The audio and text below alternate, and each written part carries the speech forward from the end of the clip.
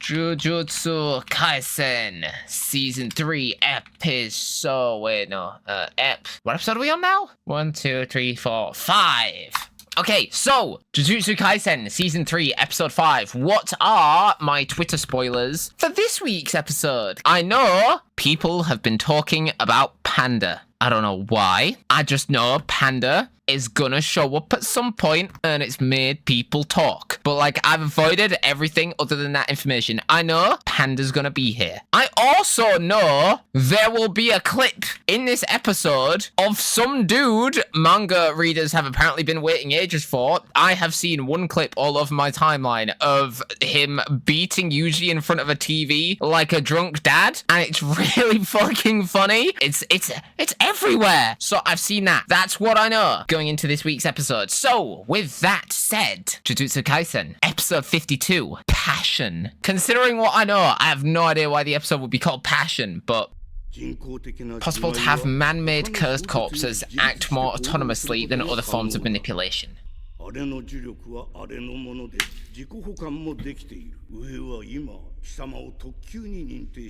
Wait, imprisonment for what? It was just like, oh yeah, you made a breakthrough with Jujutsu sorcery. Let's imprison you. Like, I'm sorry, what? Thing is sustaining itself on its own cursed energies. Considering how much inspiration Jujutsu Kaisen draws from Fate, I'm drawing Frankenstein parallels right now. The higher ups are currently trying to designate you as a special grade. Isn't special grade sorcerer a good thing? Why would he be imprisoned for that? Hello? Because if you can intentionally create that thing, you could easily have your own army.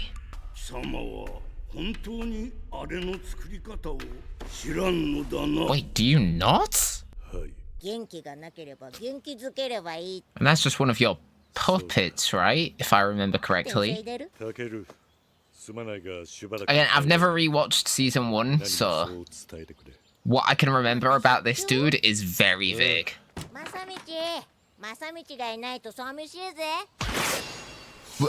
Hello?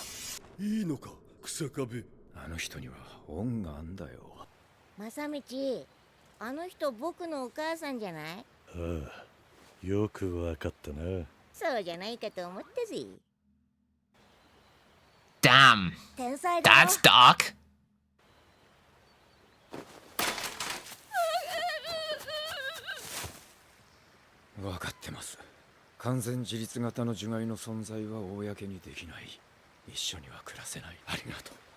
So what I'm getting from this is he does know how to create fully autonomous corpses, and he lied at the start. That's why he's like, yeah, you can't have this getting out, bro. So okay.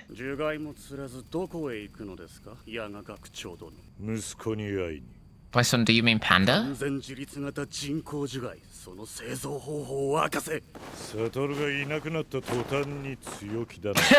Yeah, damn right they did, bro. Wait, is that the chairman dude? Yeah, there's the boy. To be fair, yeah, the fact that you don't have any corpses with you is kind of a, I want to say an L on your part, but looking now, maybe that was the point. No, it looks like you put up like a little bit of a fight. You use the body's information to reproduce the soul's information. Then you place that soul information in the cursed corpse's core. Why are you telling him how to do it? You have to place cores housing 3 highly compatible souls into a single cursed corpse, and make those souls observe each other at all times. It finally allows the souls to stabilize so self-awareness can take root. Yeah?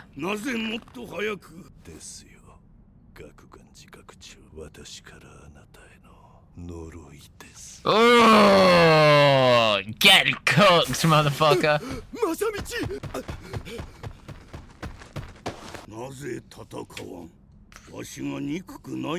Why would he fight? He's already dead.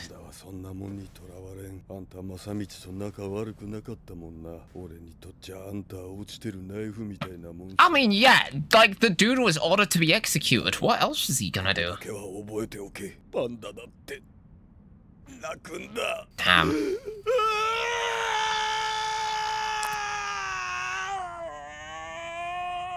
I'm gonna say something that's kind of a hot take, and I might get a lot of hate for it, but I feel like when it comes to screams in anime or just like cries like that when a character dies and stuff, or when something traumatic happens, we have been treated so good with the scenes I have gotten, and the voice actors that have delivered like such an amazing performance that they have heavily raised the bar for the delivery of something like that. And I'm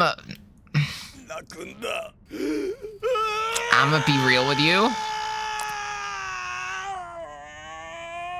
That doesn't do it for me. That sounded kind of weird. That was like, I started getting emotional, and then that kind of took me out of it. I feel bad for saying that, because obviously no hate to the voice actor. They do an amazing job like everywhere else, but that kind of wasn't it for me, man. I don't think I've ever paid attention to a scene in that opening other than Maki, considering how much is going on. I feel like I'll actually pay attention to that opening at the end of the season when it's all gonna make sense finally. To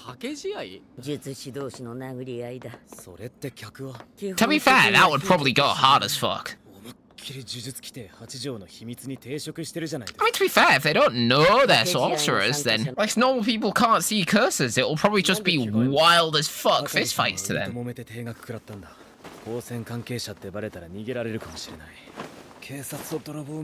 Not the Naruto fit on you.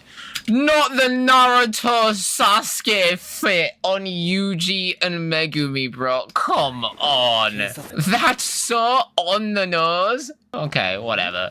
Yeah, to be fair, aren't you actively being hunted by Jujutsu High? I don't give a fuck. Why wouldn't he be on your side?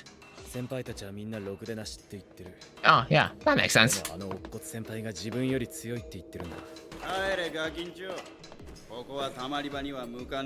You're about to get folded, bro.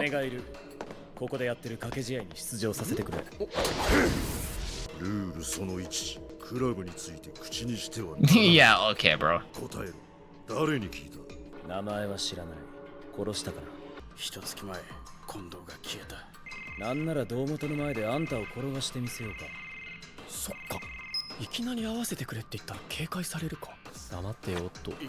Yuji, there's not a single thought behind those eyes, is there? Wait, Yuji's fighting? That's kind of a weird request.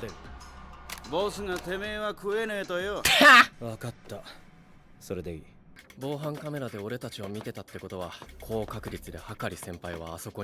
be fair, would he have recognized Megumi then? I mean, come on, as a Zenin, I feel like you're pretty recognizable. Maybe I'm tweaking that.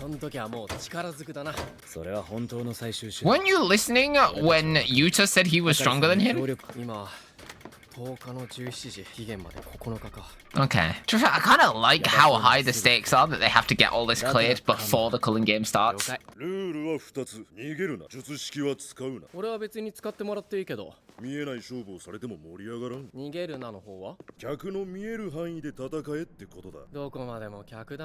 Well, yeah. People are paying for it. Oh yeah, that's very subtle, Yuji. You're way too excited about that, little bro. We're talking about Yuji here, though. Like, there's no way he doesn't beat the brakes off of whoever's in here, right? Don't be Panda! There's no fucking shot, bro.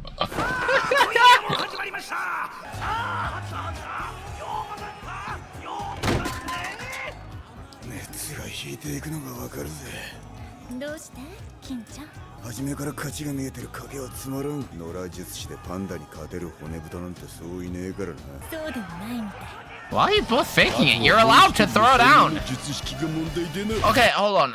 Let me. I'm not paying attention to any of the dialogue right now. Okay. So over the top. He's not wary of me since we know each other, but he's avoiding me. Okay. The other third year's technique is also a problem. What? The girl he was with? That I didn't say awooga for, but I'm holding it in.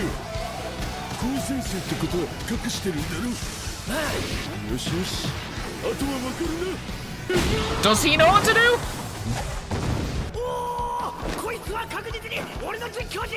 Really? Okay, there we go. There's no way Hikari can't tell this is fake, right?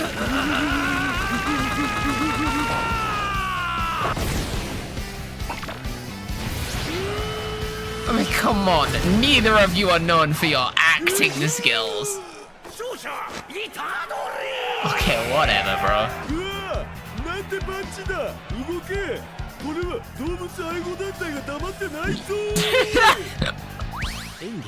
That's what I'm saying, bro. I'm sorry. All I can see is wall here, bro. How the fuck are you doing that, Megumi? Hello? I'm holding in the Awuga. Yeah?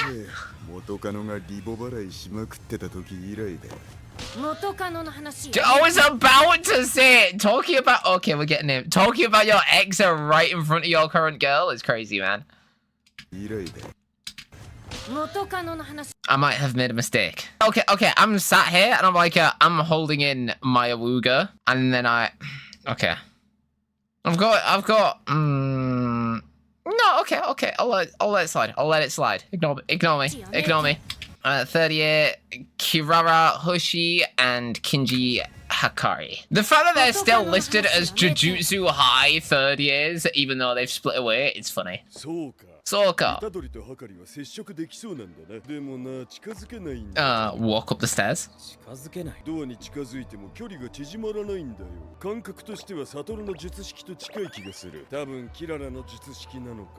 Which is?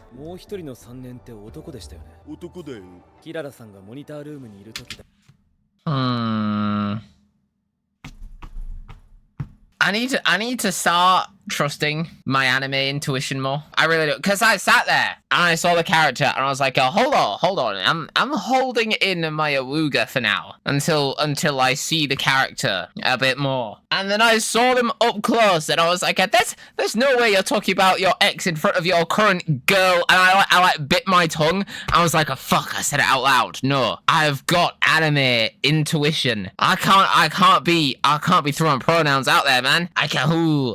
I've got a hunch, but I was like, you know what? No, maybe I'm overthinking it, and I am left looking the fool.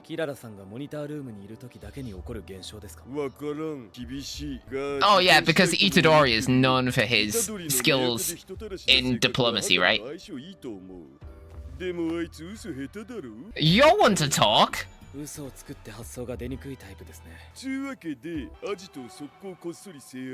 Take control of the place. What?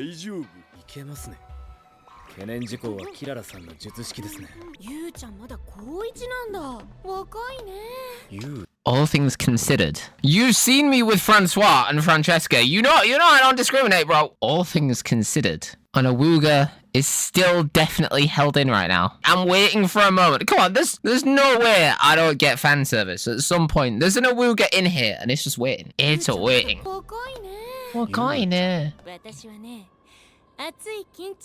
I bet you do. What was that? Do I know what that word means? Hold on. Gakrux is the 3rd brightest star in the southern constellation of Crux. Okay, good to know. That might be relevant. It might not, but it might be. Gakrux, star. Yeah, okay. The room from the scene. Oh, Yuji, you about to get the brakes beaten off you. Oh, you might be cooked. Can earn 1 million yen a month by doing something for just 1 hour a day.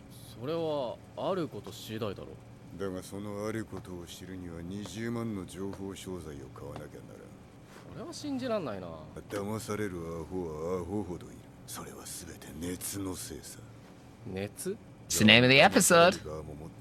What are we yapping about right now?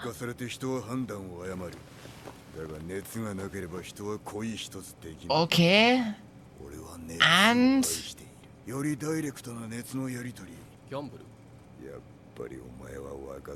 Bro knows his target audience.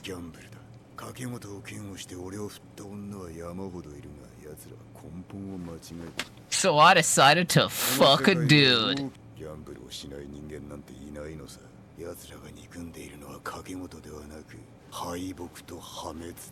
Preach. Let bro cook.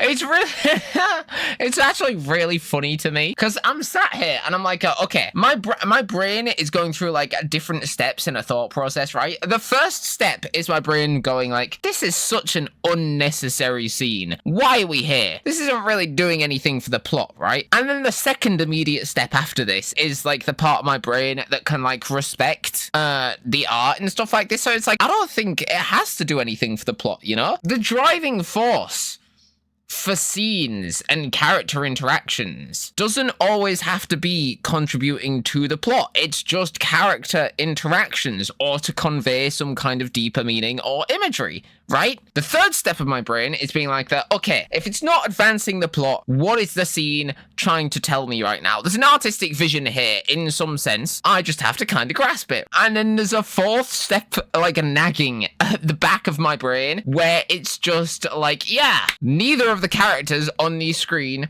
are real people. They're just two drawings, fictional characters in a work that has been written by one man. So I'm going through this like thought process of, oh, what's the deeper meaning behind this until I get to step 4 and my brain just clicks and remembers, damn, this is just one fucking dude, one fucking author sat in a room projecting the fact that he loves to gamble. And that's so funny. Like, I'm sorry, bro is putting way too much passion. Also, bro's putting way too much passion into this talk about gambling and how life is a gamble and how much this one character loves it for it to not be a projection of some kind. The author is shoehorning his love for gambling in our face in an attempt to gaslight us, and that's so funny. Because the worst part is, the scene isn't wrong. Like, they're throwing out lines and it's like, oh yeah, they're prettying them up to make them sound more poetic than they actually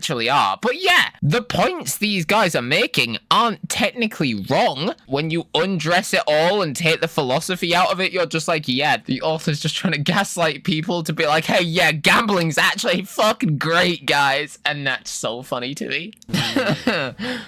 Like, come on, there's like a way too much effort put into this for it to not be some kind of personal thing, some kind of personal statement, you know? I'm actually gonna Google it. Does he like gambling? Unless it's like a complete switch up where he doesn't actually like gambling and this is all satirical, but based on content and character details, no, I want an interview. I want a real statement. No official statements, just okay, it's all speculation. But I'm speculating, bro. I see you.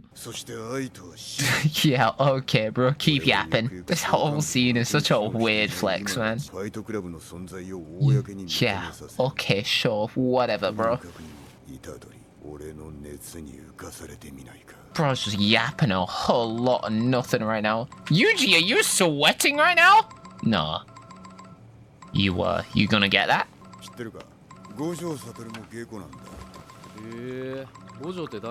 I think you're playing a little too dumb there, Yuji.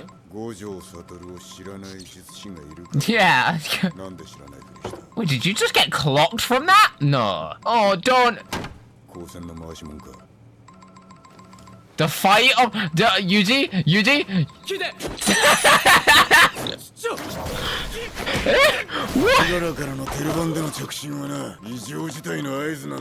Okay, that's what clocked him. It wasn't just the Gojo line. Oh wait, that's the episode? Wow, that went so quick. Nothing even happened. That was a whole lot of nothing in an episode, huh? Yeah, I actually low-key don't have anything to say about that episode. Wow, nothing happened. That was a whole lot of nothing. I mean, again, as always, great animation in the scenes that actually needed animating. I mean, again, I couldn't really get invested in the Yuji and Panda thing because they were faking it. And again, that's the point because they were supposed to be putting on a show, but I just had zero investment there. And then you get to this scene at the end, which realistically, how long did this last? Yeah, just like a 4-minute long scene of them in this room just yapping. Just straight up yapping away, bro. Not even yapping anything important, just yapping, just a bunch of nothing. The worst part is, I can totally see the vision in the scene. Like, I know why it's there. But yeah, that was just at me. That didn't, yeah, that was just yapped a whole lot of nothing for 4 minutes. We had a fake fight between Yuji and Panda. Again, I feel like this was also just a bunch of nothing with Panda and Megumi. Just they sat down and be like, oh yeah, we're gonna try and take over the place. Yeah, cool. All right, bro. Then, yeah, we had them just getting here and doing the talk. And then before that, we had the panda stuff, which I was invested in until I had the panda scream at the end that put me off. Again, I'm sorry. That shouldn't be my takeaway from it. But this is, you know, the worst part is I'm sat here like nothing happened. This wasn't even a bad episode. Every scene in this episode was like a good scene. But at the same time, yeah, that was just a whole bunch of nothing. Cool. It's fine though. Setups needed when setups needed. I guess I'll see you guys for next week's episode then. Yeah.